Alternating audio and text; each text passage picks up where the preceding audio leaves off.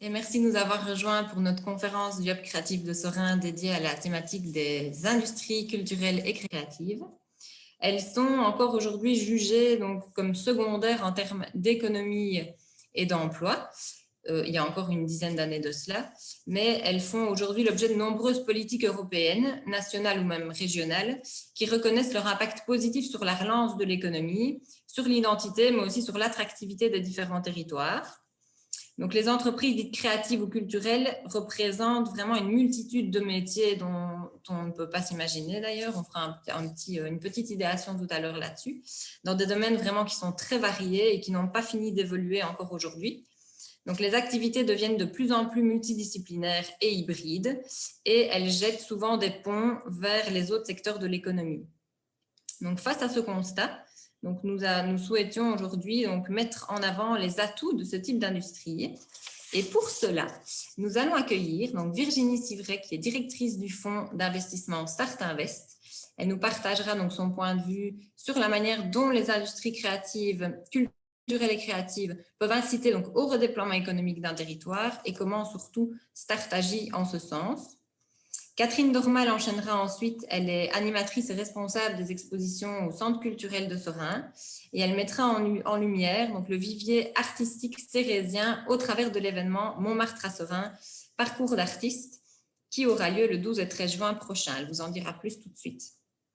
Et nous terminerons par une intervention donc, de Amena El Banouti, qui est une des fondatrices donc, du restaurant Utopia. Donc, ils nous partageront leurs bonnes pratiques et leur expérience du vivre ensemble au travers de leurs nombreux projets. Elle arrivera un petit peu plus tard parce qu'ils ouvrent justement leur restaurant aujourd'hui. Donc, voilà, elle essaye d'être sur tous les fronts à la fois.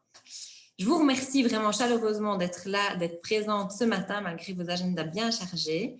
Donc, voilà, Virginie, je te cède la parole. Bonjour à tous et à toutes. Merci pour cette invitation. Alors, le sujet proposé est assez large et en un quart d'heure, on ne va pas balayer toute la question de l'impact territorial des industries culturelles et créatives, mais je voulais vous proposer, à travers un produit très spécifique de Start, qui est le Préculture, d'en parler et d'en parler très particulièrement sur un impact possible à venir à Serein et sur tout un master plan. Mais je vois que Valérie est parmi nous, elle en parlera bien mieux que moi. Mais voilà, on va dresser un petit peu quelques tendances.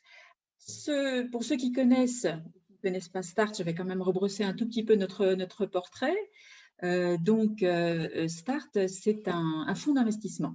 C'est un fonds d'investissement et donc une société de capital risque qui détient actuellement 37 millions qui ont été confiés par ses actionnaires. Start est une société anonyme et donc les actionnaires, c'est la région wallonne, c'est la Fédération Wallonie-Bruxelles et c'est le Fonds bruxellois d'investissement. Donc, 3 acteurs d'investissement de territoire qui ont capitalisé le Start il y a un peu plus de 10 ans maintenant pour 2 missions. D'abord, la première, c'est d'investir dans un secteur qui était émergent à l'époque. Certains considèrent qu'il l'est toujours, mais enfin, il l'était particulièrement en 2009 quand le fonds a été créé, qui est celui dit des industries culturelles et créatives. On viendra effectivement, merci pour l'introduction Aurore, ça a bien mis le paysage de la diversité de ces activités-là et de la difficulté finalement de mettre tout le monde dans le même panier. Et l'autre aspect du fonds Start, ce sont ces outils de financement. C'est-à-dire que nous, notre métier, c'est qu'on fait du prêt à des sociétés actives dans les industries culturelles et créatives où on prend des parts, des participations dans ces mêmes sociétés. Et nous définissons comme un fonds d'impact. Nous verrons bien sûr pourquoi un tout petit peu plus tard. Alors, à qui s'adresse-t-on? On s'adresse d'abord à des PME. Attention, la notion de petites et moyennes entreprises ou toute petite entreprise est une notion qui va recouvrir des activités, qu'elles soient commerciales ou non commerciales. La SBL est une PME. Donc voilà, on va avoir dans notre portefeuille des coopératives, des ASBL, des SRL. Là, je vois qu'il y a encore l'ancienne dénomination sur le PowerPoint. SPRL, maintenant c'est SRL, des sociétés, etc. Mais elles doivent être dans un secteur tout à fait défini, qui est celui des industries créatives et culturelles. Notre territoire d'action, c'est la Wallonie et Bruxelles. Et nos secteurs, là j'ai mis les secteurs, je dirais, principaux et de prédilection. Vous retrouvez ceux que vous avez cités. Par contre, dans l'échantillon du WooClap, j'ai vu événementiel. Alors attention, parce que l'événementiel, dans sa considération générale, globale, n'est pas un domaine des industries culturelles et créatives. C'est s'il y a un événement culturel. Alors oui, c'est dedans. Mais je ne sais pas moi, un salon de l'auto ou quelque chose comme ça qui est de l'événementiel n'est pas repris vraiment typiquement dans la définition des ICC. Alors, le fonds, eh bien, il a vraiment une action, évidemment, d'investissement, mais on aide beaucoup dans l'analyse, dans le suivi des entreprises, de la vie de l'entreprise, une fois qu'on a investi. Et puis, notre but, c'est de faire un effet levier. Ça, c'est vraiment l'ADN du fonds Start, je dirais, les territoires, les secteurs, et puis se dire qu'on est là pour entraîner le secteur privé à s'intéresser de plus en plus, et le secteur privé du financement, à s'intéresser à cet environnement-là. Et je peux vous dire que c'est une réalité en disant il y a de plus en plus d'investissements de la part de business angels, de fonds de capital risque. Il y a évidemment l'émergence des plateformes de crowdfunding, crowdlending qui aident beaucoup, et puis les incitants fiscaux. Et on se définit comme fonds d'impact parce que vraiment, nous, ce qui est important, c'est de favoriser cette émergence de cette économie-là créative qui a un impact tellement positif pour toutes les régions, bien sûr en termes d'innovation et d'emploi, emploi direct et indirect, mais aussi en notoriété, en image pour la Belgique.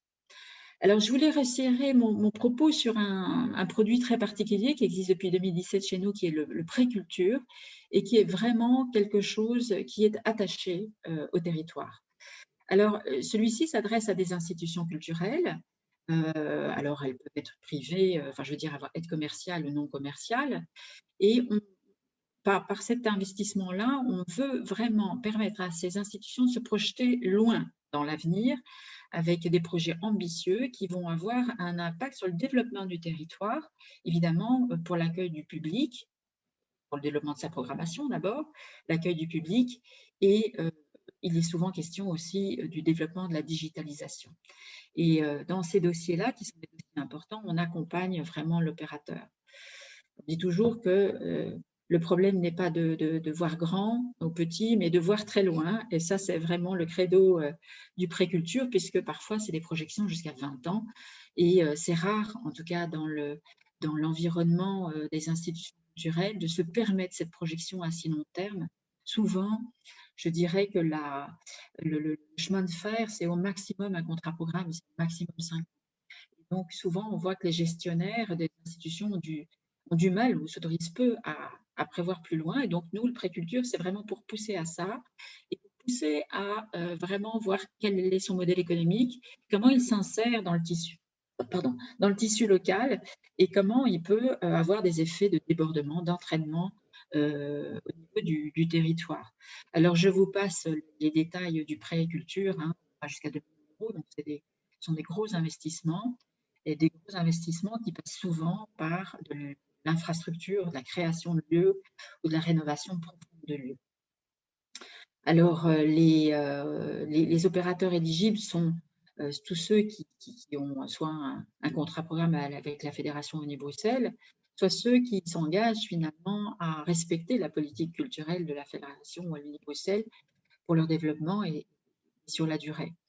Et donc, ça peut s'adresser à une institution, je dirais une PME en particulier, ou un consortium d'opérateurs qui décident sur un territoire de mener un projet.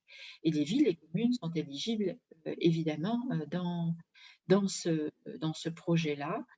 C'est même souvent tout à fait primordial pour avoir un développement cohérent et concerté. Alors, je voulais vous présenter, je vous présenterai plutôt un lauréat après, mais à titre d'exemple, vous dire que ben voilà, les lauréats, il y a eu l'atelier théâtre Jean Villard avec une énorme rénovation très très profonde pour un impact local à Louvain-la-Neuve. Il y a l'espace catastrophe, là on est dans le cirque à Bruxelles, qui a dû changer 2 fois de lieu, mais maintenant qui va s'installer certainement à Molenbeek. Il y a le Rockrill, une grande salle de concert à Charleroi. Là, de même que mon candidat pour la salle de l'OM à Serein dont on va parler, là, on est vraiment dans la reconversion du patrimoine industriel local. Il y a sur Liège, quelque chose que vous connaissez peut-être tous pour l'avoir visité enfant ou même emmener vos enfants maintenant, qui est l'Aquarium Musée de Liège. On a aussi investi sur le festival Lacemo qui se développe à Enghien sur la diversification de sa proposition et de ses mondes.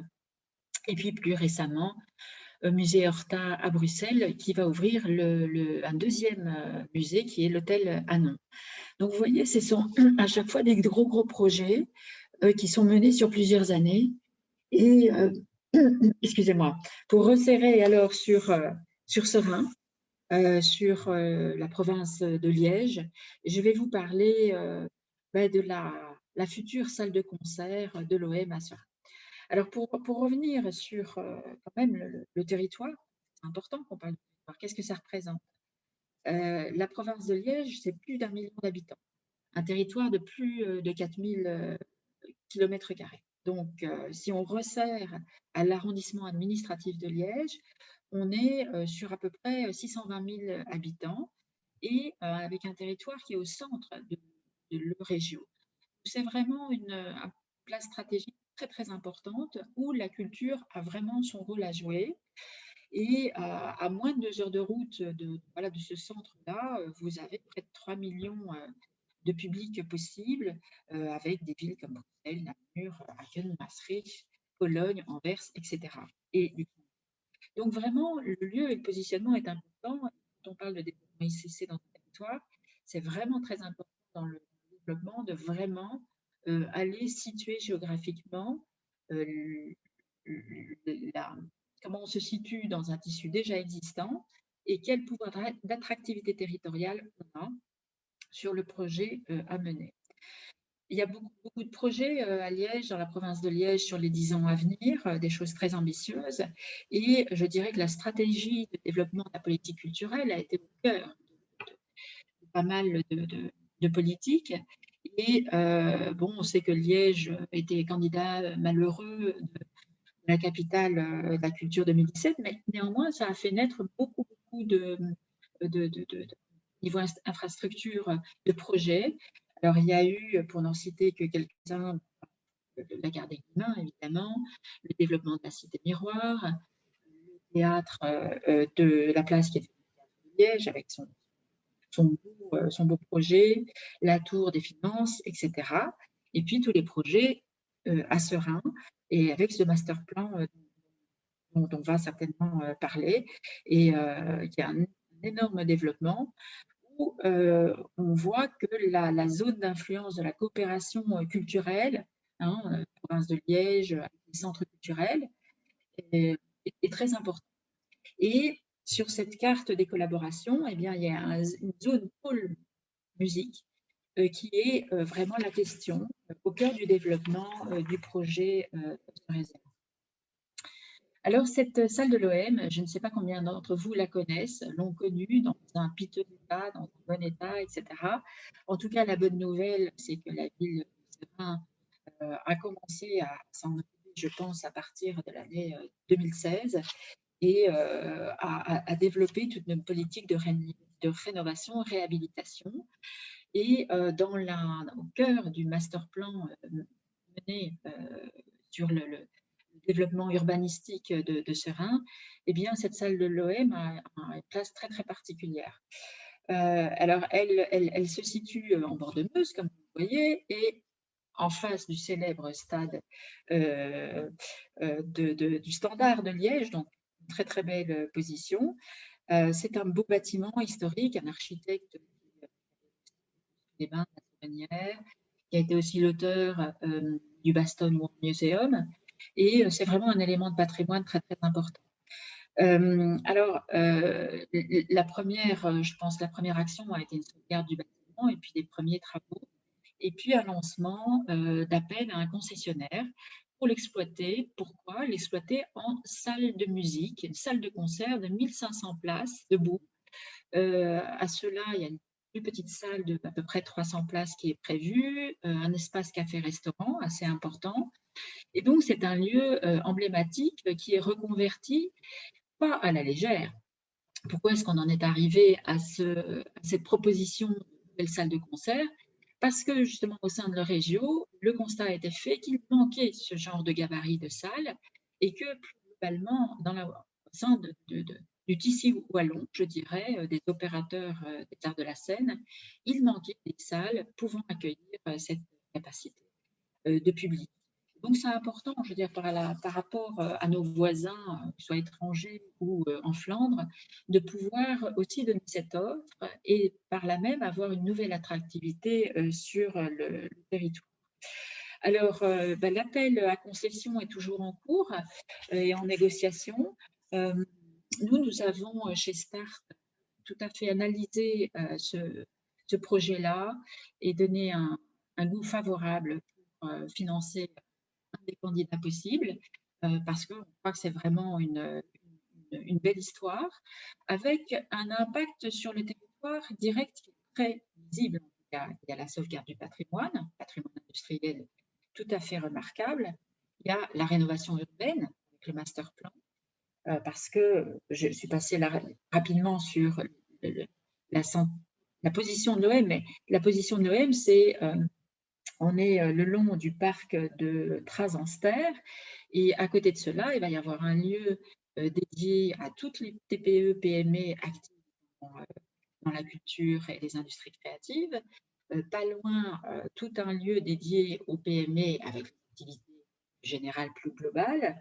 Et puis, il y a le développement du tram, etc. Donc, c'est vraiment quelque chose d'extrêmement bien pensé et très intéressant pour le territoire. Donc, impact sur la rénovation urbaine, amélioration énergétique, évidemment, des bâtiments, la diversification des activités proposées sur un territoire, culturel et d'autres industries culturelles et créatives, et plus globalement des entreprises, certainement dans l'innovation et dans tous les sous-secteurs possibles. Il y a directement un développement sur l'emploi et sur les compétences, hein, évidemment, qui seront déployées, et ce positionnement au sein de l'Euregio dont je parlais. Alors, indirectement, et c'est très important dans les industries culturelles et créatives, parce que c'est quelque chose qui est difficile souvent à mesurer, mais qui est primordial, c'est ce qu'on appelle le spillover effect, ou traduit littéralement l'effet d'entraînement ou l'effet de débordement. C'est-à-dire, quand on a une activité culturelle ou créative, qu'est-ce que ça entraîne comme retombée économique sur le reste des activités et du territoire? Dans le cas d'une activité culturelle comme celle-ci, imaginez des grandes têtes d'affiches et d'autres programmées avec 1500 places debout. Ça veut dire des nuitées d'hôtel, ça veut dire des fréquentations encore plus importantes en bars et restaurants. Ça, je pense que la troisième intervenante va pouvoir en parler. Ça favorise aussi la visite d'autres propositions culturelles alentour et donc une captation, finalement, le fait de retenir sur un territoire pour des séjours un peu plus longs des visiteurs sur la zone. Et donc, ça favorise une proposition culturelle de bonne qualité accrue. Enfin, et là pour revenir à cette notion des industries culturelles et créatives, ça va favoriser l'innovation et l'interaction entre toutes les ICC. C'est-à-dire que l'opérateur lui-même aura besoin de services qui seront donnés par d'autres secteurs des industries créatives, et les industries créatives elles-mêmes seront boostées par la demande de l'opérateur qui sera au sein de l'OM, parce qu'il y a le développement d'une demande accrue du public, des visiteurs pour certains services, parce qu'il faut se mettre toujours, je dirais, au niveau le meilleur de la demande. Et il y a de plus en plus une concurrence entre les territoires sur le plan culturel, et donc il est important de rester vraiment au meilleur de l'innovation et de la proposition, parce que chaque visiteur a besoin d'une expérience et que cette expérience soit la meilleure possible. Donc voilà, je crois que ma conclusion, ce sera un lieu territorialement ancré, un lieu de patrimoine, un musée, une proposition comme celle-ci des arts de la scène, peut être une voie d'entraînement pour une dynamique au niveau de tous les sous-secteurs des industries culturelles et créatives. Voilà, je vous remercie de votre attention. J'espère ne pas avoir été trop longue et, et à plus tard peut-être pour quelques questions.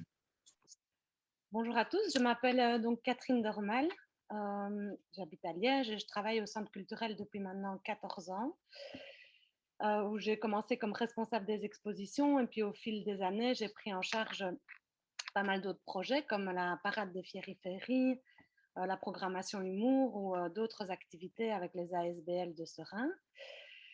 Que ce soit dans mon travail au Centre culturel ou depuis toujours, en fait, je collabore avec des artistes d'un peu tous les horizons. Donc, il y a de l'illustration, de la peinture, de la photo, de la musique.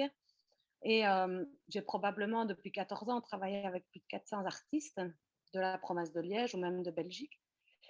Et en fait, ce que je constate, c'est que pour percer en tant qu'artiste, ben, il y a des choses indispensables. Il ne suffit pas de faire de la bonne musique ou une belle peinture. Il y a parfois ce petit plus comme ça, mais qu'est-ce que c'est ce petit plus qui fait qu'on va pouvoir en vivre? Et, euh, et donc voilà, par exemple, une artiste que nous aimons beaucoup en province de Liège, qui est passée au centre culturel, Manon Le Pomme. Voilà, qu'est-ce qui fait que Manon Le Pomme a pu quitter son boulot d'enseignante et vivre de sa passion? Alors, ben, j'ai pointé quelques petites choses. La première chose, c'est beaucoup de travail, ben, des heures et des heures de travail. Voilà. Travailler sans relâche. Alors, un petit exemple d'un artiste dont le seul défaut à mes yeux est qu'il n'est pas cérésien, il est liégeois, mais c'est Psoman, donc c'est un graffeur liégeois qui a quand même fait une fresque à Gemep dans le cadre du festival Usine. Et donc, j'ai eu la chance de rencontrer ce graffeur qui, à présent, a une réputation internationale dans le monde du graphe. Et donc, voilà, j'ai pu parler avec lui et il m'a dit qu'à ses débuts, il avait un carnet de dessin et il dessinait au moins un dessin par jour. Hein, voilà, un dessin par jour pour s'entraîner sans relâche et pour s'améliorer, évidemment. Donc, ici, on peut voir pour certains qui le reconnaîtront peut-être, en roture, donc une fresque qu'il a réalisée et qu'on pourra peut-être admirer le 15 août cette année, on espère. Voilà, donc la deuxième chose, c'est, à mes yeux, c'est un bon réseau. Donc voilà, les bons contacts, c'est ce qui va permettre pardon, d'ouvrir la bonne porte au bon moment. Bien se faire entourer aussi, au-delà du réseau personnel, c'est aussi toutes les structures d'aide à la création et à l'entrepreneuriat, donc Alpi, Jobin, Créa PME et j'en passe. Et ça permet de rencontrer d'autres artistes et de ne pas être isolé parce que pour avoir eu plusieurs témoignages d'artistes, quand on est créateur, ben, on peut s'isoler comme ça des autres, être dans son atelier tout seul et donc, par exemple, faire partie des mompreneurs ben, permet de rencontrer d'autres créateurs qui vont nous donner des conseils, etc. Comme exemple ici, ben, Michael Blaise, lui qui est un graffeur thérésien et en fait, il graffait sur le parking du centre culturel, qui est un lieu ouvert vraiment à la créativité. Et c'est comme ça qu'on a fait connaissance avec lui et son talent, voilà, sa sympathie a fait qu'on a petit à petit, on l'a fait, il est venu exposer au centre culturel et il a participé aussi à la parade des Fieri-Féri. Et on l'a petit à petit aussi mis en contact avec la ville, par exemple, avec les maisons de jeunes, etc. Et il a pu avoir beaucoup de commandes via la ville. Par exemple, ici, bon, on a le mur de la piscine olympique, hein, magnifique fresque de Michael. Il a aussi fait le mur du stade de Serein pour ceux qui sont amateurs de football. Et l'arbre aussi à Ougré devant, sur un des pignons des Rigès. Le boulevard Pasteur aussi. Donc voilà, beaucoup de commandes de la ville, qu'il a fait aussi en collaboration avec d'autres artistes, dont un autre artiste cérésien, Olivier Gracia.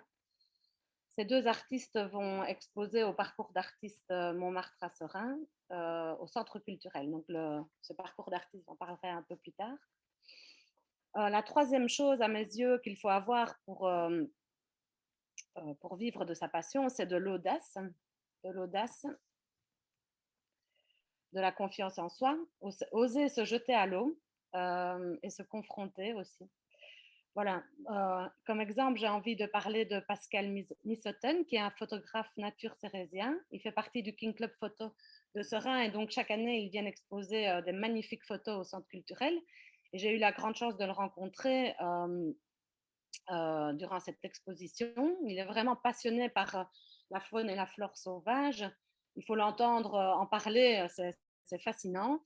Et il passe des heures et des heures à l'affût dans les bois, au bord des lacs, pour vraiment capter toute cette richesse que nous offre la nature.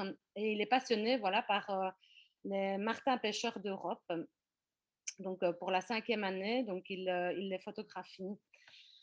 Ici, donc, on a une photo d'un martin pêcheur qui a reçu le premier prix du concours Photo Nature Vert et Vie. Voilà. Ici, je parle d'audace pour Pascal parce que l'année passée, il envoie spontanément des vidéos de Martin, parce qu'il l'appelle Martin, donc c'est Martin pêcheur, au jardin extraordinaire.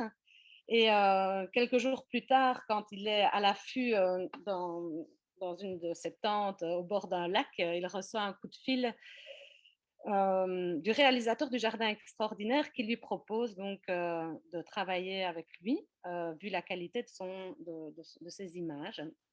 C'est comme ça qu'est née la première rencontre avec l'équipe du Jardin extraordinaire, de l'équipe de tournage. Il exposera donc au restaurant Utopia, dont on va parler juste après, et pendant le parcours d'artiste Montmartre à Seraing. Voilà pour Pascal. Ici, pour réussir, il faut aussi un public. Donc, pour arriver à en vivre, même en partie, il faut que les gens soient prêts à acheter les œuvres des artistes ou acheter les tickets pour venir voir un spectacle. Et donc, il faut plaire à un maximum de gens. Pour ça, il faut se confronter à son public et donc il ne faut pas rester dans son atelier chez soi avec ses créations. Il faut aller à des marchés, à des expositions. C'est comme ça donc que Sandrine Soyer, qui est l'artiste dont on voit le doudou en image, c'est une artiste, donc une créatrice cérésienne, a créé donc Three Little Monkeys avec mon accent anglais. Donc c'est une amie qui l'invite à participer à son premier marché de créateurs, qui était à l'époque les créateurs de bonheur à Chennai, et donc un ensemble de créateurs, ce qui lui a permis aussi de faire de belles rencontres. Et donc, comme on dit, voilà, ne pas rester dans son coin, mais faire des rencontres, ça c'est très important. Et donc, c'est la première fois qu'elle se confronte à son public et elle va faire des marchés tous les mois comme ça. Elle va se rendre compte que ses créations plaisent beaucoup et donc elle va devenir d'abord indépendante à titre complémentaire. Elle va suivre une formation Créa-PME en 2015 et alors elle deviendra par la suite indépendante complète et elle vit à présent donc de ses créations. Elle fait aussi des ateliers chez elle et elle exposera au magasin Inspiré Décoration durant le parcours d'artiste Montmartre à Seraing. Voilà pour Sandrine qui habite à Ougré. La dernière chose, c'est pour réussir et se lancer dans son projet, c'est croire en son projet. C'est une condition à mes yeux qui est nécessaire mais qui n'est pas suffisante. Alors comme exemple, j'ai eu envie de vous parler de Louis Leloup, qui est quand même le maître cérésien dans l'art du cristal. Et donc lui, il a travaillé pendant 30 ans en cristallerie du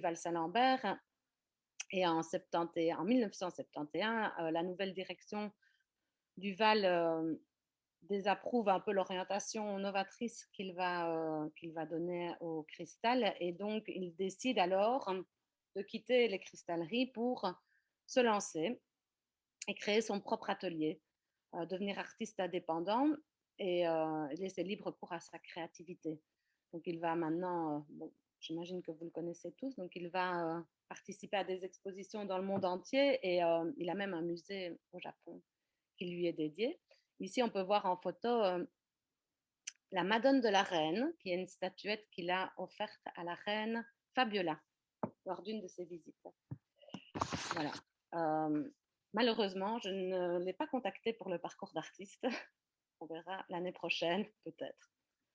On peut rêver. Voilà, donc idéalement, à mes yeux, ces 5 aspects doivent être réunis. Le travail, l'audace, le réseau, avoir son public et croire en son projet. Alors là-dedans, on peut se demander quel est le rôle du centre culturel, d'un centre culturel. Les lieux culturels et créatifs doivent être, à mes yeux, un levier pour faire émerger les nouveaux artistes et les mettre en lumière. Donc, il doit être d'abord moteur de créativité. Par exemple, au niveau des expositions au centre culturel, on lance souvent des défis créatifs aux artistes.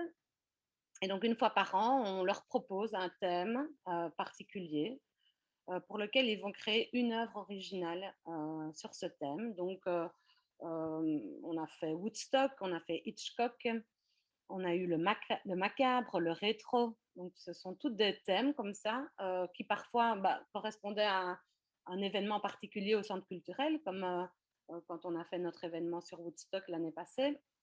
Et l'année prochaine, nous aurons un nouveau thème d'expo qui sera autour des insectes et de la biodiversité. Donc ici, c'est vraiment un projet qui, par rapport au retour qu'on en a des artistes, est vraiment moteur de créativité parce qu'alors parfois ce sont des artistes qui n'ont plus créé depuis quelques mois et avoir ce but, cette échéance comme ça, les remet au travail. Et pour moi, ça c'est vraiment quelque chose de très important dans notre rôle. Alors, un autre rôle, c'est accueillir de nouveaux artistes, que ce soit des artistes voilà, qui sortent des études ou qui n'ont jamais exposé. Pour moi, c'est le rôle aussi d'un centre culturel. Il doit aussi servir de lien, mettre les artistes en relation entre eux. Par exemple, via le marché d'artistes, le Père Noël est un artiste qu'on organise tous les ans. Donc, les artistes font connaissance entre eux, mais aussi les mettre en relation avec leur public. Et ça, c'est, comme on en a parlé avant, ça c'est important pour voir si leurs créations plaisent, peut-être aussi avoir peut-être des critiques qui leur permettront d'évoluer dans leurs œuvres. Un centre culturel peut aussi mettre en relation l'artiste avec d'autres infrastructures culturelles ou publiques, donc comme la ville par exemple, comme on a fait pour Michael Blaise. On est là aussi pour mettre en valeur le travail des artistes quand ils viennent exposer au centre culturel, soit par la mise en scène que l'on va apporter à l'exposition ou les lumières, les conseiller au niveau du montage et de l'accrochage. Voilà, alors pour moi, donc c'est tout, c'est le rôle qu'on doit avoir par rapport aux artistes. Et ici, nous avons un projet récent que nous avons mis en place qui s'intitule donc Montmartre à Seraing, où on a plus de 80 artistes qui présentent leurs créations le long d'un parcours dans tous les quartiers de Seraing. Donc ce projet, en fait, est né en confinement. La question était de comment créer un événement qui ne va pas être annulé, en fait, parce que, vous le savez tous, on n'a pas su faire grand-chose l'année passée. Et donc, à un moment donné, on en a un peu marre. Et on a envie de créer un événement, mais qui ne sera pas annulé avec des restrictions sanitaires et repoussé encore une énième fois. Et donc, on a décidé de faire une balade, parce que ça, personne ne nous l'interdit encore, une balade artistique dans les quartiers de Seraing. Et donc, les artistes sont invités à exposer soit aux fenêtres de leurs habitations, s'ils ont des cours ou une entrée de garage, en tout cas à l'extérieur, aussi aux vitrines de certains magasins. D'abord, on a d'abord été voir s'il y avait un public pour ce projet. C'est bien beau de vouloir faire un parcours d'artiste, mais si on se rend compte qu'il n'y a pas spécialement beaucoup d'artistes sur Seraing, voilà, ça tombe un peu à l'eau. Donc, on a fait un appel à candidature. Et cet appel à candidature a eu un énorme engouement. Il y a eu un énorme engouement et on a eu plus de 80 candidatures. Donc, on s'est dit, OK, on se lance, on le fait. Petit à petit, les institutions culturelles de Seraing se sont mises dans le projet. Donc, on a par exemple l'Académie des Beaux-Arts, le Château d'Ordange, l'Académie de musique, le Centre culturel évidemment, qui vont mettre en valeur donc, les travaux des élèves et leur production artistique, musicale, etc. Les maisons médicales aussi se sont investies en regroupant donc, les patients artistes de toutes les maisons médicales à la maison médicale Bautista, donc au Perret. Cet événement aura lieu les 12 et 13 juin et donc de 14 à 18 heures pour les infos, le samedi, le dimanche, et le dimanche de 11 à 18 heures. Alors là, c'est à la place du Tertre qui sera transposé au parc du Val-Saint-Lambert. Et donc, on pourra écouter de la musique, on pourra déambuler de chevalet en chevalet, boire un petit verre aussi. Le musée du Val-Saint-Lambert sera ouvert exceptionnellement et on pourra admirer le souffleur de verre.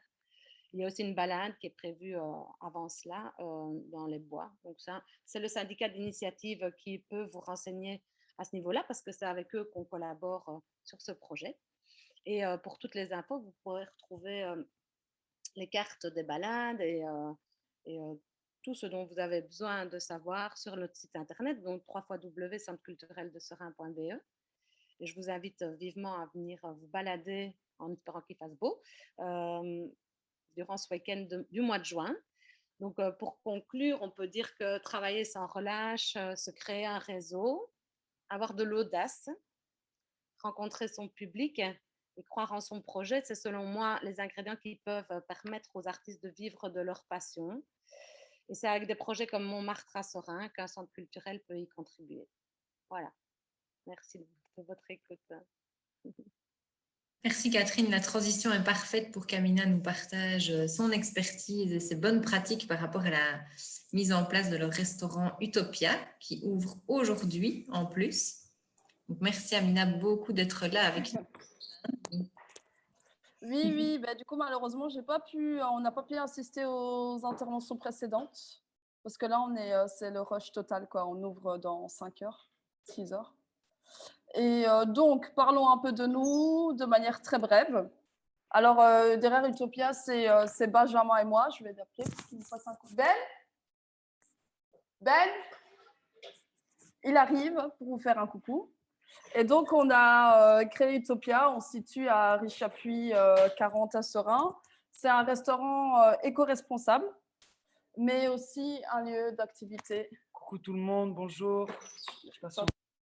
Voilà. Hello tout le monde. Enchanté, Ben. Voilà. Et du coup, voilà. J'en étais où? Oui, voilà, un restaurant éco-responsable. Et donc, au niveau de la consommation, au niveau des marchandises, on travaille en circuit court avec des producteurs locaux. Nos boissons sont faites maison. Le but, c'est de proposer des produits sains, proches de nous, de qualité, aux saveurs du monde. Et là, on avait un Benjamin qui est chef cuisinier, en fait. Il a eu un parcours, il a énormément voyagé, il a fait ses écoles dans des restaurants gastronomiques à Paris, ce qui lui a permis d'aller cuisiner en Chine et dans d'autres pays. Donc, il a beaucoup appris de ses voyages et il porte l'esprit du voyage en lui. Et moi, je serai en salle et on s'est rencontrés à Bruxelles il y a quelques années. où on travaillait dans un restaurant un peu similaire culturel.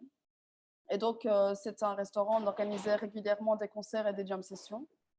Et même quand on était à Bruxelles, on a emménagé en fait seulement ici en janvier en fait, définitivement.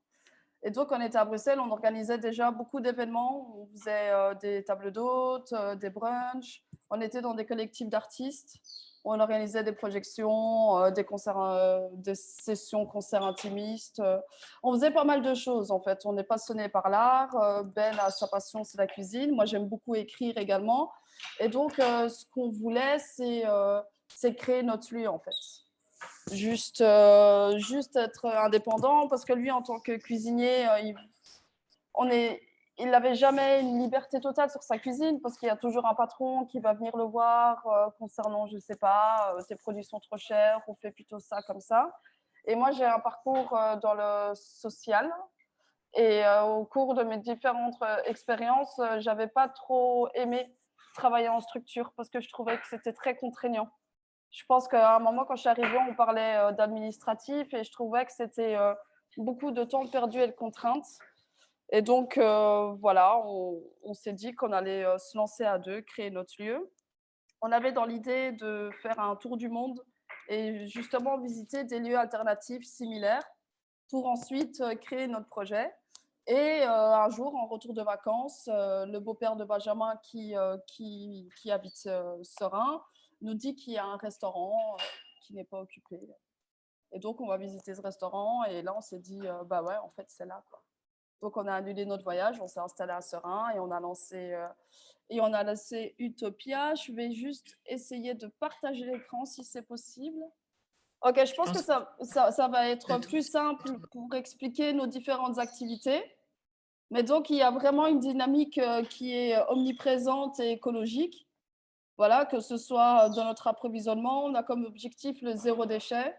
Bon, c'est un objectif qui est très gros, qu'on atteindra peut-être dans quelques années, mais on y croit. On a également un compost, on va installer une toilette sèche et on a déjà pas mal de bacs de culture en pot pour l'espace vert comestible.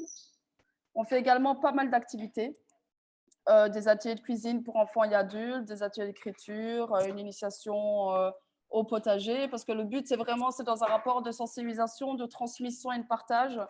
On veut qu'Utopia ne soit pas qu'un espace restaurant de consommation, mais que ce soit un espace d'expérience et d'expression.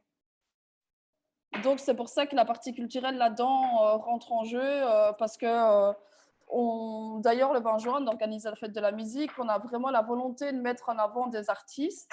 Voilà, nous, notre réseau est belge. Pourquoi pas mettre en avant des artistes liégeois.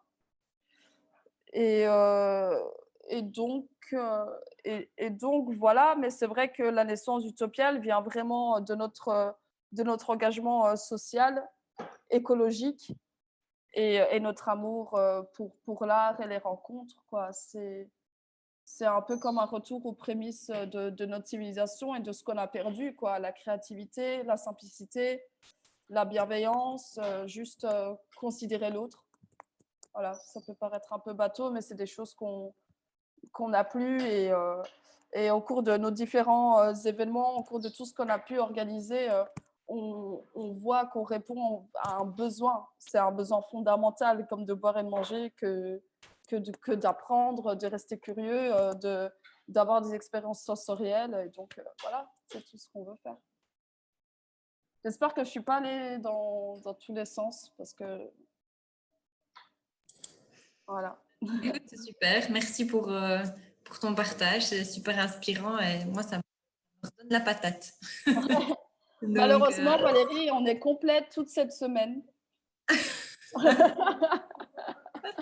On est complète tous les soirs. Les midis, il y a de la place, mais voilà. Ben oui, mais avec plaisir, avec plaisir. Et on participe d'ailleurs aussi au parcours d'artiste. Voilà. Du coup, n'hésitez pas à passer chez nous, quoi. Ah, le restaurant se trouve à rue Chapuis, numéro 40. On est juste en face de l'église, en fait.